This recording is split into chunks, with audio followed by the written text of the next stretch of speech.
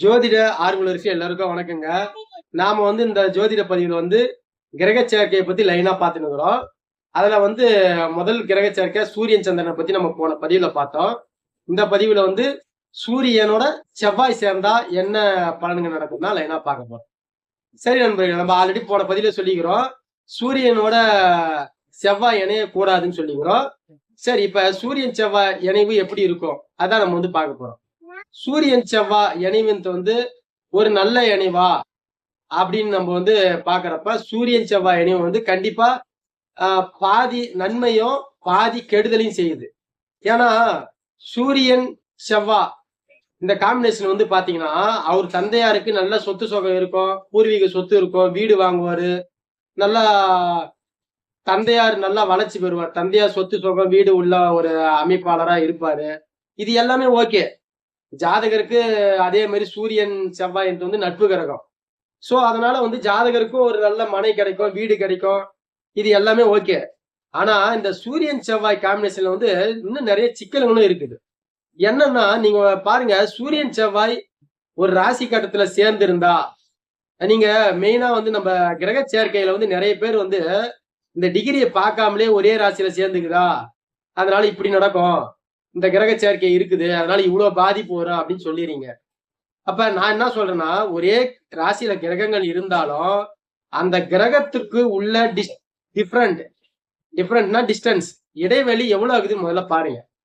ஏன்னா ஒரே ராசியில இருந்தா கூட இப்ப சப்போஸ் சூரியன் ஒரு ராசியில ஏதோ ஒரு ராசியில சிம்ம ராசியில இருக்கிறாரு வச்சுங்களா, ஒரு ராசியில சூரியன் சிம்ம ராசியில 1 டிகிரில இருக்கிறாரு, இல்ல ஒரு 2-3 டிகிரில இருக்கிறாரு, தோராயமா ஒரு 3 டிகிரில இருக்கிறாரு. செவ்வாய் பாக்குறப்போ ஒரு 28 டிகிரி, அதாவது 28 பாகையில இருக்கிறாரு. அப்ப இந்த சூரியனுக்கும் செவ்வாய்க்கும் உள்ள இந்த கேப் இடைவெளி பார்த்தா மினிமம் எப்படி பார்த்தாலும் ஒரு 25 டிகிரி நச்சுக்கு இடைவெளி இருக்குது. அப்ப அந்த சூரியனுடைய அந்த வெளிச்சம், அந்த ஒளி கதிர்கள், சூரியனுடைய அந்த செவ்வாயுடைய ஒளி கதிர்களும் ரெண்டும் எவ்வளவு அளவு ரீச் ஆகும்னு நம்ம பார்க்கணும். ஏன்னா அதை பார்க்காமலே என்ன பண்றோம், ஒரே ராசியில 2 கிரகம் சேர்க்கை இருக்குது அதனால இந்த பலன் அதிகமா நடக்கும், நிறைய அதிகப்படுத்தி சொல்றது தப்பு. அப்ப அந்த கிரகம் அந்த கிரகத்துக்கு இடைவெளி எவ்வளோ, ரொம்ப நீ இணக்கமா நெருக்கமா இருக்குதா இல்ல கொஞ்சம் இடைவெளி விட்டு இருக்குதான்னு மெயினா இதை பார்க்கணும்.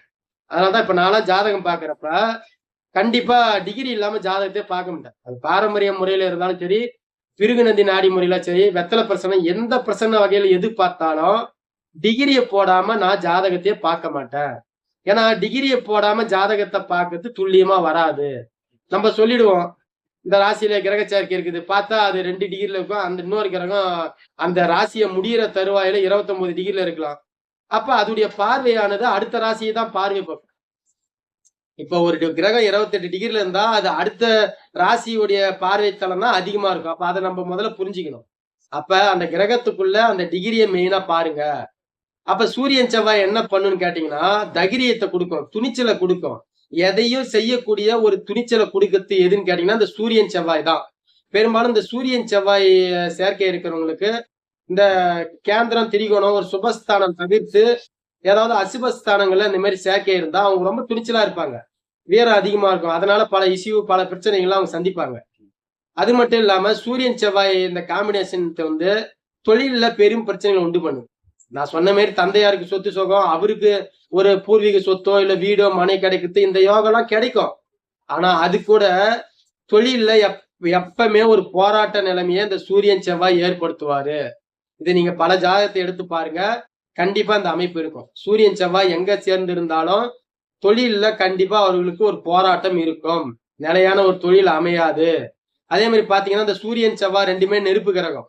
இப்ப சப்போஸ் நெருப்பு ராசி சொல்லக்கூடிய மேசம் சிம்மம் விருச்சகத்துல எங்கேயாவது இந்த கிரக சேர்க்கை இருந்து லக்னத்துக்கு 2ஆம் இடமா அது இப்ப உதாரணத்துக்கு சிம்ம ராசிக்கு கடக லக்னமா இருக்கட்டும், அதுக்கு 2ஆம் இடத்துல சூரியன் செவ்வாய் இருக்கிறாரு, அவரை சனியை 7ஆம் பார்வையா பார்த்தாருன்னா அவருக்கு குருட்டுத்தன்மை ஏற்படும், குருடர் ஆகிறதுக்கான அமைப்பு கூட இருக்குது. ஏன்னா நெருப்பு கிரகம். அப்ப இதையும் பார்க்கணும். அப்ப இந்த சூரியன் செவ்வாய் நன்மைகளையும் செய்யும், சில பிரச்சனைகளையும் செய்யும். அதே மாதிரி பெண்கள் ஜாதகத்துல நீங்க கவனிச்சு பாருங்க, லக்னத்துக்கு 7ஆம் இடம் சொல்லக்கூடிய களத்திர ஸ்தானத்திலயோ 8ஆம் இடம் சொல்லக்கூடிய மாங்கல்ய ஸ்தானத்துல இந்த சூரியன் செவ்வாய் இருந்தா பாலிய விதவை, அதாவது இளம் வயதிலேயே விதவை ஆகக்கூடிய அமைப்பு கூட இந்த சூரியன் செவ்வாய் சேர்க்கை ஏற்படுத்தும். அதே மாதிரி பெண்கள் ஜாதகத்துல லக்னத்துக்கும் பார்க்கணும். பெண்களுடைய ஜாதகத்துல சந்திரன் சொல்லக்கூடிய ராசியில இருந்தும் இந்த அமைப்பு இருந்தா பாதிப்பு ஏற்படுத்தும்.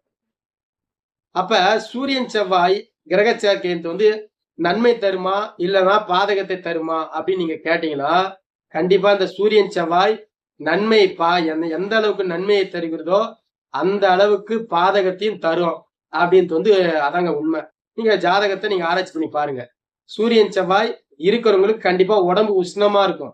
சூரியன் செவ்வாய் இருக்கிறவங்களுக்கு கண்டிப்பா ஏதாவது ரத்த சம்பந்தப்பட்ட ஏதாவது ஒரு பிரச்சனைகளோ ரத்த குறைபாடுகளோ ஏற்படும். ஏன்னா செவ்வாய் ரத்தக்காரங்க, சூரியன் உஷ்ணம், எலும்புக்கு அதிபதி, எலும்புக்காரங்க. அப்ப இவங்களுக்கு எலும்பு சம்பந்தப்பட்ட குறைபாடும் ஏற்படுறதுக்கான வாய்ப்பு இருக்குது.